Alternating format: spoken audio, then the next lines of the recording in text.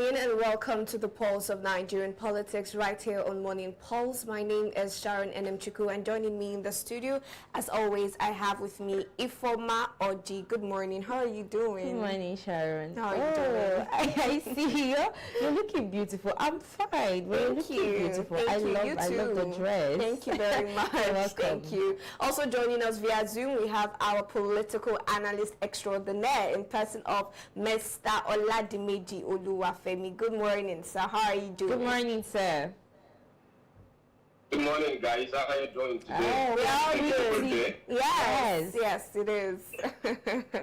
Anyways, we'll be going straight to the stories that we have for today, but breaking news. Siminalayi Fubara will today resume duties as governor of Rivers State, following the end of the 6-month emergency rule imposed on the state by President Bola Ahmed Tinubu. And that is what I want us to start from first, before we move on to the next story. It's really interesting what has been going on in Rivers State politics for some time now, you know, with the emergency rule, the fight between Wike and Fubara, the oil fight for the oil-rich states. Is just really interesting to see. And now finally that whole 6 months emergency has been called to an end. It will end this midnight according to President Bola Ahmed Tinubu, and Fubara will be reinstated as governor, with the sole administrator Ibas handing over to Fubara. But Mr. Oladimeji, people are saying that he should have he resigned instead of returning, because now he will become a puppet in the hands of the ruling party. Do you agree? Sharon, can you please take that question again? No problem. I'm asking, okay, because of what has happened now, some people are suggesting that Governor Fubara should have resigned and not returned as governor of Rivers State. But now, saying that he is returning, people feel that he will be a puppet in the hands of the ruling party. Are you of the same school of thought, sir? Perhaps I was the one who propagated that critique. Oh. Yeah, sincerely, Fubara should have resigned. But alas, Fubara is a Nigeria politician. Yes. And politicians don't resign in Nigeria. Oh. Through their time. Yes, it's true. To be honest, if you notice it, politicians hardly resign. I can't remember a politician that has resigned. Except, except for, I'll make an exception for former President Goodluck Jonathan, who didn't actually resign, but he sort of stepped down and hands off politics because of he was impeached. He did not step down, did not resign. Yes. So I'm just saying that I would give an exception to the former President Goodluck Jonathan. But if you really look at it, I've not seen, or I can't remember any politician that has actually resigned, and it's really interesting to know. Anyways, now, Ifoma, are you also of that school of thought? Well, if I'm to say anything here, I think what has happened in Rivers State is we're seeing APC have finally colonized, you know, Rivers State, and the what's his name? Wike has finally, you know, implanted, or rather planted, you know, his loyalists in that distance.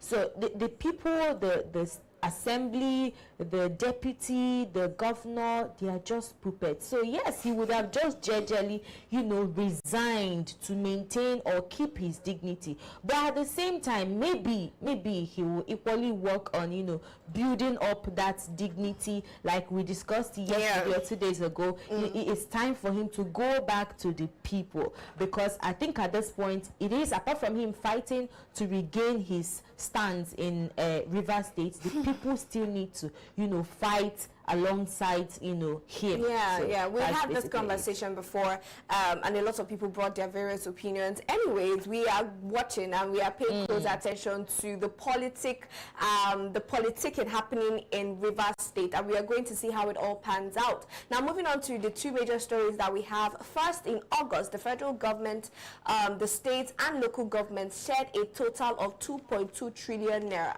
in revenue. The funds came from oil sales, taxes, and other national earnings. This is one of the highest monthly allocations in recent years.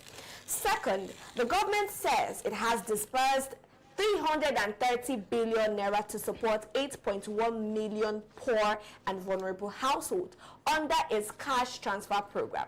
Now, each household reportedly received 25,000 naira, totaling about 202.5 billion naira in actual payments so far. So they have not completely disbursed the original amount, which is over 300 billion naira, but they have given out 202.5 billion naira. Now the big questions are, how impactful are these allocations and payments? Are they helping Nigerians in real terms? And how well are the funds being monitored? Now we are going to start with the allocations, 2.2 trillion revenue sharing for the states and local governments. And there is a video I would want us to play where the president was addressing people, and he made mention of the fact that people are not holding local government chairmen accountable. They are not holding governors accountable. They are always on the neck of the president. That is from the President Bola Ahmed Tinubu. Whereas he has allocated funds to these people, he has given them their dues. He has paid them their dues in his own words. And we are still seeing undeveloped projects, exactly, especially in the local government. So let us take a look at this before we give our comments. Country. And given them. Take a look at this video of President Tinubu. Yes, I am in charge here today, but you are running a constitutional democracy. And we are put to you to summon the governors. Some of them, call them up. I'm doing my best to improve the revenue of the country and giving them their due. But they must equally be sympathetic to the populace, and they must consider the need of the local people. People reside in the local government. People are in the local community. That is where they reside. That is where they feed. That is where they garden. That is where they cook. That's where they farm. We have 774 local government. It's just a number. Is it effective? Is it reaching the real people? Who is being held accountable for this money? And when we want the votes, we go to the locals. When we get the votes, we move to Abuja.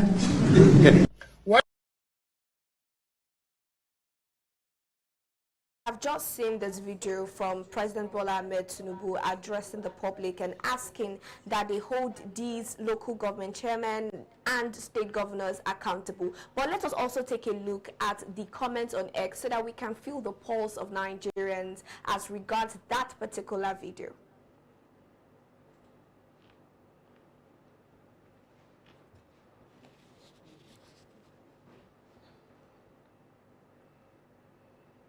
All right, let's just move on from that. I want to ask you now, Ifoma, concerning the allocations and with what President Bola Ahmed Tinubu has come out to advise Nigerians. Can you give us, first of all, a breakdown of the 2.2 trillion naira revenue and its allocations and all of that before we move forward? Okay, so we are talking money matter, right? Of course. It's money matter always. Yeah, so according to the report here, 2.225 trillion naira came into the federation account and was shared between the federal government, the state government, and the local government. And according to the report too, they said the revenue increased by 11.2% over July. It was not the same thing with July that it increased, and these revenues were gotten from non-oil sectors. Now I'll break it down. According to the report too, it states that the sources of this money was gotten from statutory funds, which has to do with taxes and royalties. And from that taxes and royalties, that is the statutory funds, they generated 1.478 trillion naira. Now, according to the VAT, they generated 672.903 billion naira. And then from electronic money transfer levy, they generated 32.338 billion naira. Interesting. And from exchange difference, they generated 41.284 billion naira.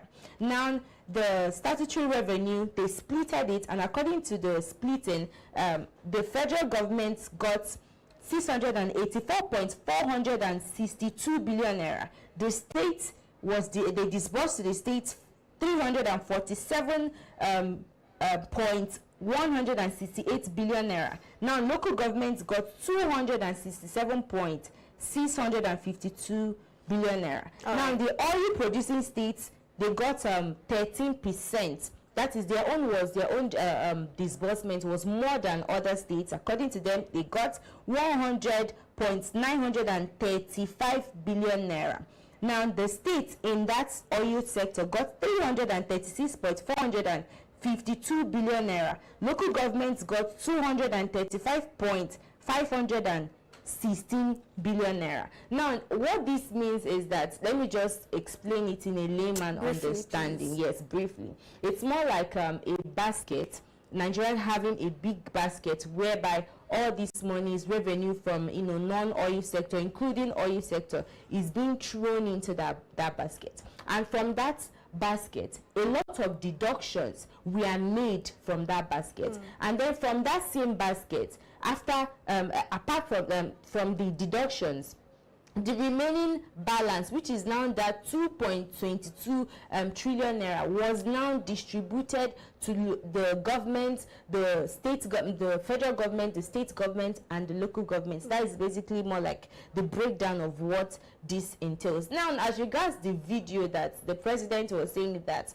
we should hold the governors, the local government chairmen, and the rest accountable. And I want to ask Mr. President, you're saying we should hold them accountable. I think you are supposed to first of all hold them accountable, because there's a problem in Nigeria, a situation whereby you say you make the headline that you've disbursed funds, and at the end of the day, these funds were mismanaged. So are they monitoring teams that you are setting to make sure that these monies that you've distributed get to the appropriate authorities or the states? And what are these the policies that you are equally implementing, that the projects that these governors and the local government chairman are bringing forth to the table, that they make sure that all those things are being accomplished? Are they watchdogs that are checkmating them? Those are the things that you don't just come out in the public. I love the fact that he was passionate about it, that we should hold them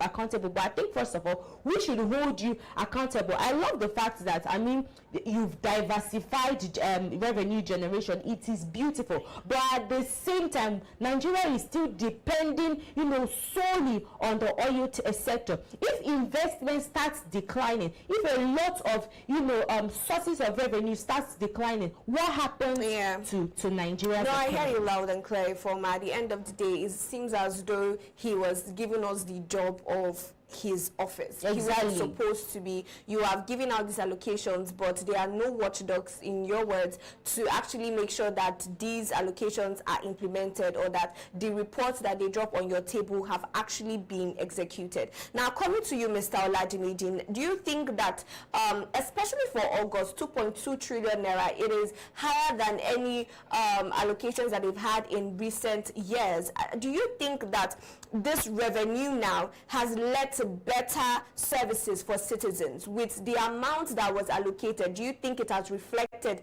in the lives of Nigerians? First of all, let us clear the air of these optics and window dressing that they are doing in Azorok. Either the FARC increased beyond targets.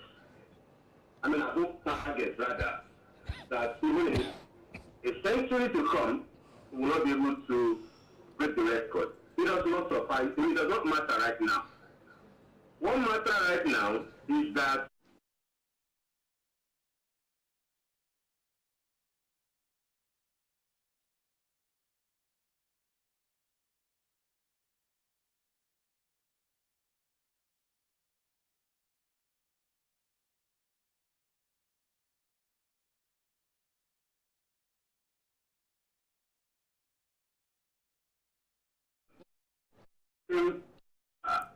yeah, that reminds me, before I go, this Yoma, please, why you commend the occupants of Aso Rock for diversifying and for its ingenuity in economic matter?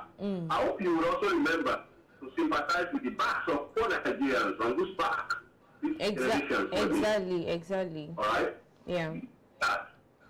Let me come back to my conversation. The truth is that the fact that generated this fund will not, the fact of people who generated this fund will not have their mouth to really taste from this increase that we have. I don't want to, go beyond the scope of this question, but the truth of the matter, Sharon, is that until the most important things, the basics, are done. Exactly. Governance will not sit to the people. I like that you said that, Mr. Oladimeji, until the right things are done. But if you look at the major source for this revenue that increased the revenue allocation for the month of August, you would notice that it is still coming from oil. Now, my question is, are we still too dependent on oil revenue for the FAAC allocations? Sharon, yes.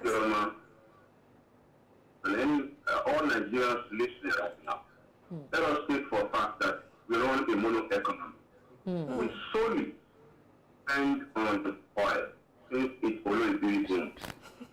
And it has rendered our state a lazy one. We moved away from a pyramid and agriculture that built cocoa house in Ibadan and the likes because we saw oil.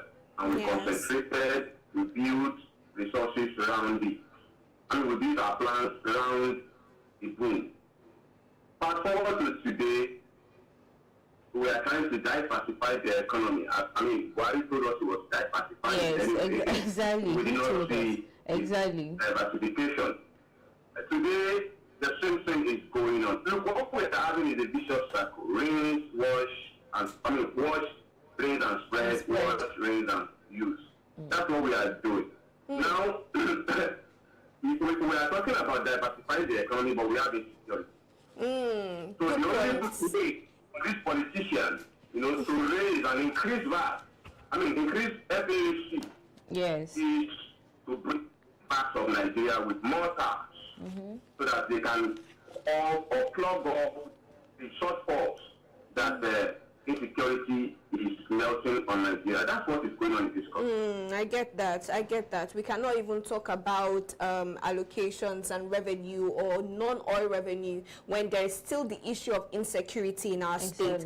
Now, I also wanted to ask, with all of these allocations, Ifoma, do you think that there should be performance-based disbursements to states? Just to explain that, depending on the states that deliver the most, then they should get the most revenue during allocations. Yes, according to the report, they said the river state, I said the people that produce the states that produce the oil, that they got 13% increase. So there is that part there. According to them, they increased the states their own disbursement. But at the same time, just like what Mr. Oladimeji, what we say here every single time, what are the plans of sustainability? Is this going to be consistent?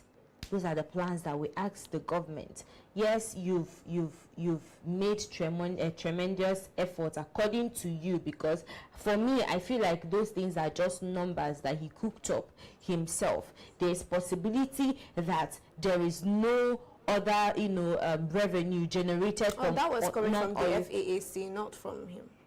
No, but we watched the video. he said we should hold. He has disbursed the money. We should hold. Yeah, that's what I'm saying. I thought you made mention of the fact that he was the president that gave the figures. It was no. I'm talking based on entirely what he said in his video. So I'm saying with this report right now, with what he has said, are we seeing consistency? Because with the report, we are seeing that there is an increment, at least 11.2 increment. But what we are asking now is, number one, what is the consistency? Number two, what is the sustainability of this? Because according to the report, it still states that we've diversified, but at the same time, is it going to be consistent? I understand that is the thing. Yes. And then the money that you're equally disbursing to other, to the states, the local governments, like I said earlier, what are the accountability plans? Are those people going to be accountable for it?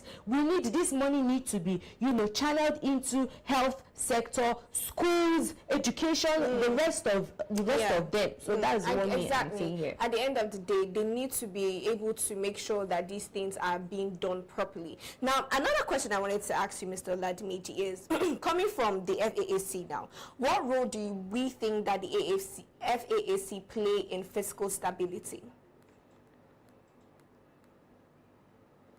The FAAC, talking about fiscal stability of states now, these derivative disbursements and allocations to states, monthly allocations to states, assist in the stability of this state, especially in a country of ours where we run a strictly federal system, rendering states powerless and almost unable to generate revenue internally.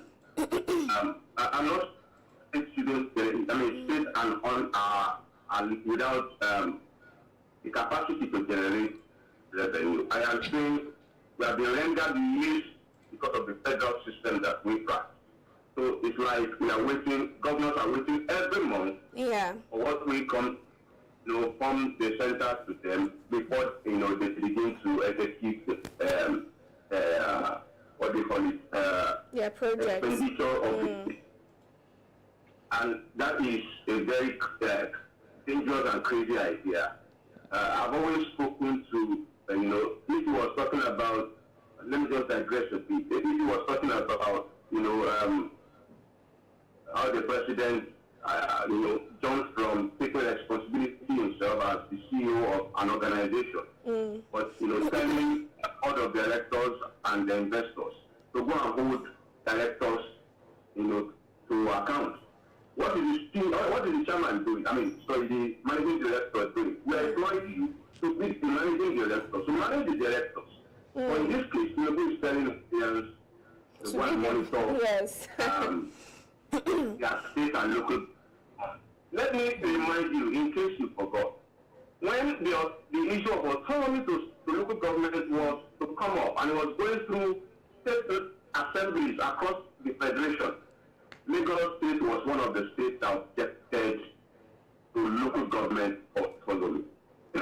Let's come back to today. Now the same person is asking us to hold local government, to account. Where people that are aware understand that the local government are just completely at the beck and call of the state government. Yes, thank you very much for that. I like that you said that they are at the beck and call of the state governors, because even with this allocation, some of the comments that I saw were people complaining that they gave the local government direct allocation. So the federal government is directly allocating funds to the local government, but somehow the state government will find ways to infiltrate and then try to maneuver all of that happening over there. Now to Ifoma, now with this kind of massive disbursement, what do you think are the risks that come with such massive disbursement? Well, I feel that there will be, ghost workers.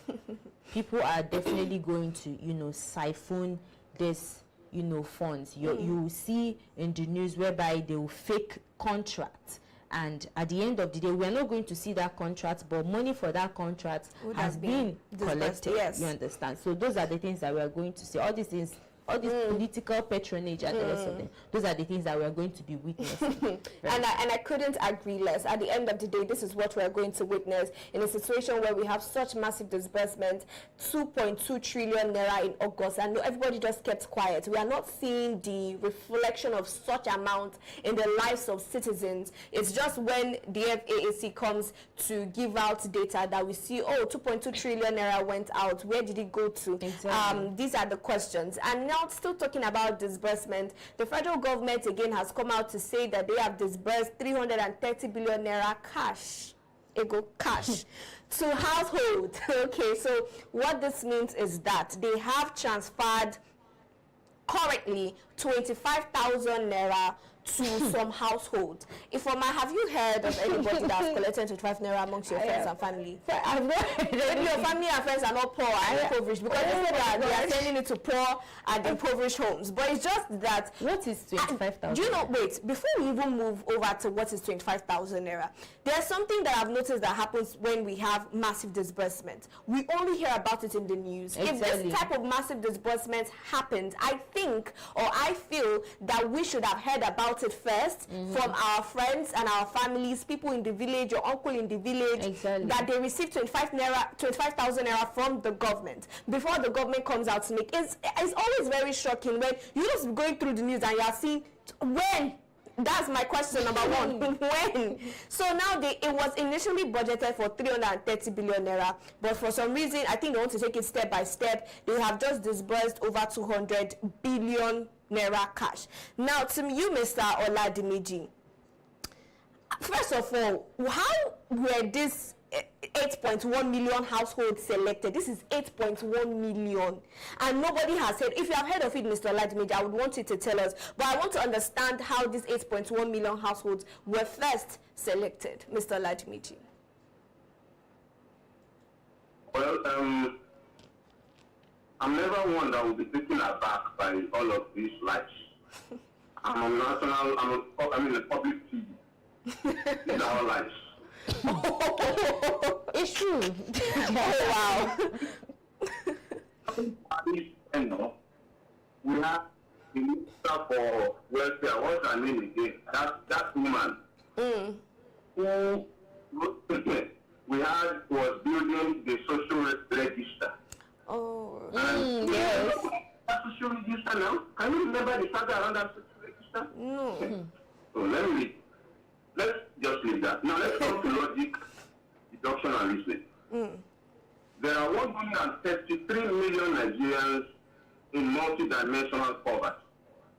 I mean multi-dimensional poverty, which interprets that they have no purchasing power, they do not have access to adequate living at all. Now, the government comes forward, says they have a social register that consists of 8 million Nigerians out of 133 million Nigerians by research conclusion that are in multidimensional poverty. These are not our words, these are international metrics. Yes. That confirms this. Now, you are not disbursing to 133 in multidimensional poverty. Please, after this show, go and find out more or read more about how we came about that name, multidimensionally poor, and having 130 million Nigerians in it, and what it actually means. Then you understand that this government are liars. Serious one. They are guilty. I do not live in highbrow area. I don't live in Lekki. I don't live in a BTC. I live also in the local area, in the mainland, that is almost surrounded by the fences and the ghetto. Yeah. And I never heard for one day that a Nigerian got a social package. In government, state, local, or the federal. Wow. Now, what I know that they do, because they will come out to give testimony, they will bring people out, they will bring people up to give testimony of how they got a share of this 330 billion.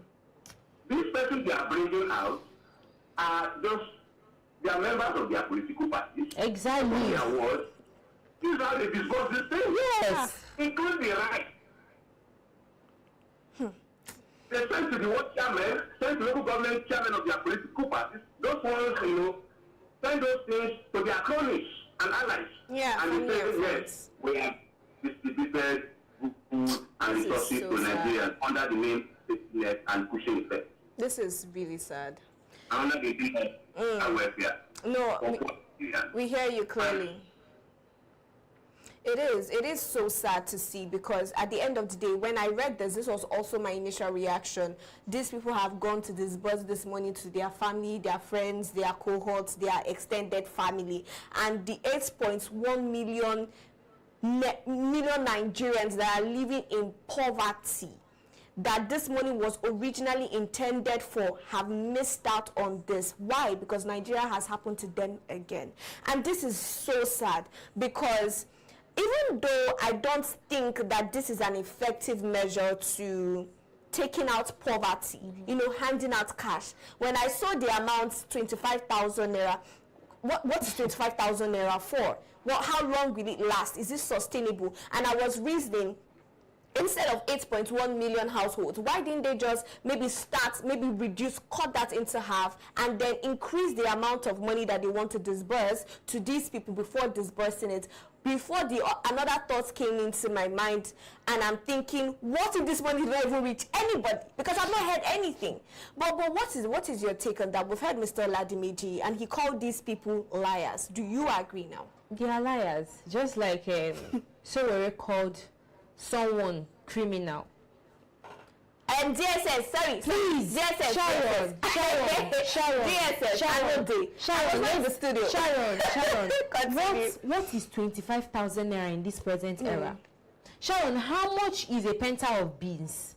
Sharon, how much is a penta of rice? Sharon, how much do they sell oil in the market? Now, a family man, you're sending a family man that maybe has 4 children or 5 children, 25,000 naira. What can they achieve with 25,000 naira? That is number one, no, because I know most definitely that this is a very big, gigantic lie. It is not gigantic. Now you're talking about having, social register. What happens to people living in rural areas that don't have access to phones, that don't even know what it means to have an account number or even anything connected to the internet? How will this money get to them? This is just simply them disbursing or sharing money amongst themselves. That is what is happening here, because you cannot tell me that this money is getting to the poorest of the poor. I am not poor, but I'm not seeing even 1,000 naira from the government. Talk more of somebody that doesn't have access to phones. Talk more of somebody that doesn't even have access to electricity or anything to even power phones. Now, Nigerians don't want 25,000 naira. We are doing nothing with your money. I'm not even saying increase the money to these households. What we are just asking you here, Mr. President, or the government that is listening to us, please build schools, make education free. There are lots of persons that want to be educated. There are lots of persons that you see on the street. It is more like a passion. They have this driving force towards, being educated. Some people want to go far in life. You will go to the street, you're going to see, young talent. You will see people building, houses with cartons and all those. These talents needs to be harnessed. Pick up these people from streets. See what China are doing. From the tender age, they are nurturing these children to become, exceptional leaders in the society. Let Nigeria focus on skills. I think improve the lives of people. Inflation, reduce this cost. You know what to do. We don't want 25,000 naira because it's literally nothing to us. All right. Now to you, Mr. Oladimeji, we've heard Ifeoma's very passionate advice to the government, and now I'm asking again. Let's take this from a logical standpoint. 25,000 naira with in our country and in our society now, where inflation has increased by far, the foreign exchange is nothing to write home about.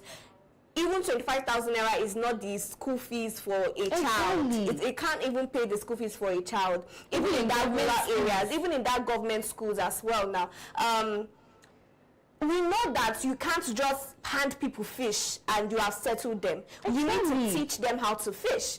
Now I'm asking the government disbursing, this is now, in my opinion, 330 billion naira unaccounted for. We don't know the people that received this money. We have not seen the dividends in the lives of the people that have received it. And I think, in my opinion, it is an insult that you are sending 25,000 naira to people as poverty elevation program. Like, how is 25,000 naira? But Mr. Oladimeji, do you think that they should have spent this money on maybe better infrastructure, jobs provision, or they should have increased the money for these households?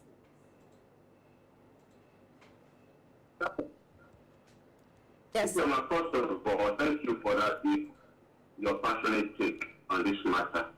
It can be overwhelming and annoying. Yeah.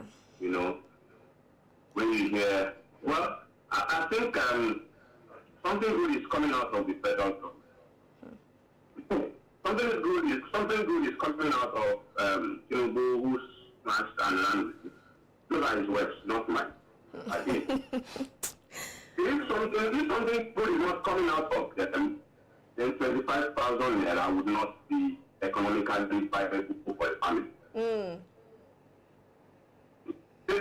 According to them, on their table, on their books, the economy is so good, standard of living increased so high, cost of living dropped to a single digit, and FDI slipping in so much that we are overwhelmed with foreign investors.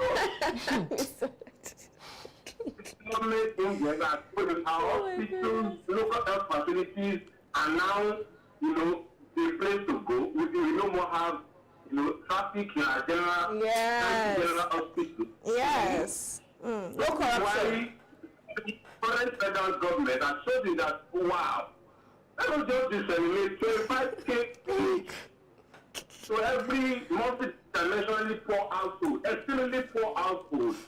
We pick 80 million of 133 million because if your mother says she's not poor. If your mother, alas, for your information, our breaking news, we are all poor. We belong to 133 multi-dimensional poor Nigeria. In case you don't know. Let me leave that there. So 20,000 to household, to make a meal for me, perhaps a 365 days daily meal on that 25K, pay children's school fee. If you have 2 kids, you pay their school fee out of it. 5K should, 2,500 should cover both. Oh God, to be honest. You pay your rate, your power rate, your water. Okay, we don't have water in Nigeria. Environment, you pay all of them off within that 25,000 naira. What a mediocre. What a mediocre, to be honest. What's an insult? I wonder what other African countries will say when they hear these sort of things that are happening currently in Nigeria. 25,000 naira to households. Almost see finish not the enter this. I'm telling you. See how water submerged a hospital in, I think, is it Oyo Adamawa State. I was seeing it to the distance. What about the bank? The bank that was engulfed in fire. Nothing was done. It was ordinary citizens. There was no. It was ordinary citizens that were rescuing these people from this house. And I know that we are now the government. They are the ones taking. That's why the president told us to go and hold the state government accountable and hold the local government chairman, because we are now the government. We are the one in power. All of us are in Aso Rock together. That's what this all invariably means. How much is a liter of fuel? Okay. How many liters of fuel can 25,000 naira buy for you? Okay, all right. You will say people that have generators. How much is people that have generators that can afford fuel? But at the end of the day now, Mr. Oladimeji, just to wrap this entire story up, let's not talk to the government today. We've been talking to the government for a long time. Let's talk to the citizens. What's the way forward for them now?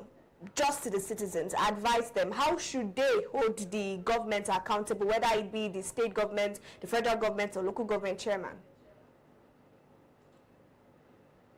Thank you. That question is pregnant. First of all, let me confirm to the Nigerians that are listening to us that we reside in a captured state currently, where everything concerning us are our lives. The data of our budget, on our budget are lives, padded and cool. The allocations that are going flying here and there are all lives. Investments from foreigners that they talk about are all lives. Exactly. Bilateral relationship and agenda that they come to tell us that they have reached always turn out to be lies. We are residing in the debris of lies. And to Nigerians, that is what it is. To Nigerians listening and those that will watch this later, know that there is nothing good that can come out of the Samaritan of a man who snaps and runs away with your mandate. Hey. The only solution to this, you cannot advise, you cannot counsel a government that is disconnected from the people. You will always have the line to turn down flat when thrown up 1,000 times. It will turn down flat and 999 of the time that you throw it up than 1,000 times. Wow. So what we would have, should Nigerians think that we can continue to, pray and ask this government to change their ways, are deceiving themselves. The actual call right now is for Nigerians to occupy their minds with political knowledge of what is going on. Entirely. Saddle themselves with the power to vote out these people. Get your PVC. They are both this up. Go get your PVC. Register for it wholly. Then be ready to come out and participate during the process of change. During the process that those who wrote democracy, those who wrote the books of democracy wrote it for this purpose. So that after every 4 years, you can come back to the people so that they can review your performance. And after review, either choose to give you the vote of confidence or no confidence. But as it's well right now, it is obvious that Nigerians, even without speaking, even without talking, their parents are already emitting out the vote of no confidence to this government. But they must confirm their place in citizen engagement by participating in the process of democracy. And that is registering, holding your voter's card, and voting. In Nigeria, it does not stop there. It does not stop at voting. When you vote, you stand to make sure that your vote counts. But in Nigeria, they don't make our vote count usually. So this is your state they are now calling on us to defend our sovereignty, to defend our money that they allocate. We shall take it further from there. We will not only defend our money, but we will do better. Let them keep spending it, but we will go to the parliament to defend our money that has been allocated. So that we can have somebody who will properly and judiciously allocate our funds, and then it will reflect democratic and what do they call it? Fruits on Nigerians and in Nigeria. Thank you, Sharon. All right. Thank you so much, Mr. Oladimeji. These are the type of things that we like to hear in the studio. But to you, Ifoma, just to wrap it up quickly, what are your final advice to Nigerians? I would say, you know how you go to, you're feeling headache, and you go to, what is it called, the pharmacy to get pain relief, probably paracetamol or the rest. Now that paracetamol kind of cures that your headache for a moment, for a while. It does not mean that it has cured you of that headache, or you will never have headache for the rest of your life. Now what am I saying in essence here?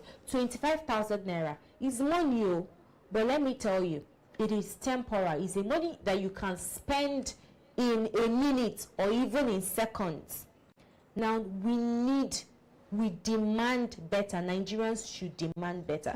Mr. Oladimeji have said your PVC is your ticket to better life. I cannot agree, less. It is your ticket. It is time for us, Nigeria Nigerians entirely, both the media. I love what the media is doing at this era. It is more like they are taking power, in their hands to expose all this impunity that the government, these lies that the government have been committing in our land. I love that, and I still love the fact that there are still some persons in Nigeria that have equally taken it upon themselves to alleviate people of poverty. We have seen the likes of Very Dark Man and the rest of them that took it upon themselves. I really want to tell Nigerians, if you know how you can help your fellow Nigerians, the poorest of the poor, please do not hesitate. Help people out. And then again, you see that your stream of income, your number one stream of income, let me say for example,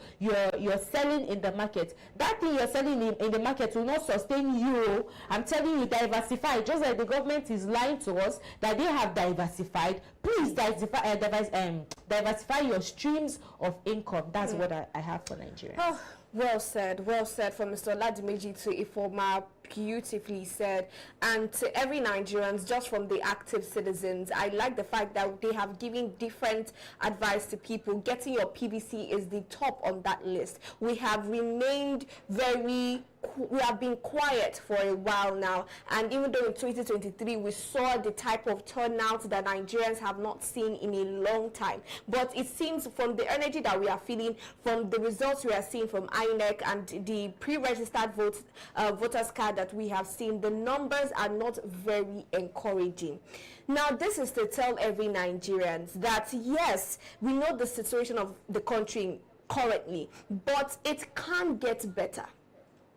That might sound as a myth in the type of country and society that we are in, but not just for us, but for our children and our younger ones and our loved ones to come. This is not a country that we can be proud of. This is not a story that I can be sharing with my friend from South Africa. Oh, my government is disbursing 25,000 naira. It's not something to boast about. At the end of the day, it all boils down to every single individual. Now, we've seen what happened in Nepal. We are not asking that Nigerians come and start destroying and vandalizing properties, but it is time to say enough is enough, and you have to take the bull by the horn, whether they like it or yes. And how you do that is by registering and getting your PVCs. And like Ifoma said, diversify your means of income. If you can help somebody, please endeavor to be your brother's keeper in these trying times. To our VIP viewers, just know that by even joining our conversations, you are already an active citizen, because you are getting yourself exposed to what is currently going on in the political terrain of your country. And you can also do further by sharing this video, commenting your opinions, following us across all social media platforms, and also subscribing to our YouTube channel. Now, if you want to find me on my social media handle, you can find me at Sharon Enemchuku Ifoma. You can find me on Facebook at Oji Sophia and on Instagram at Miselex. Mr. Oladimeji.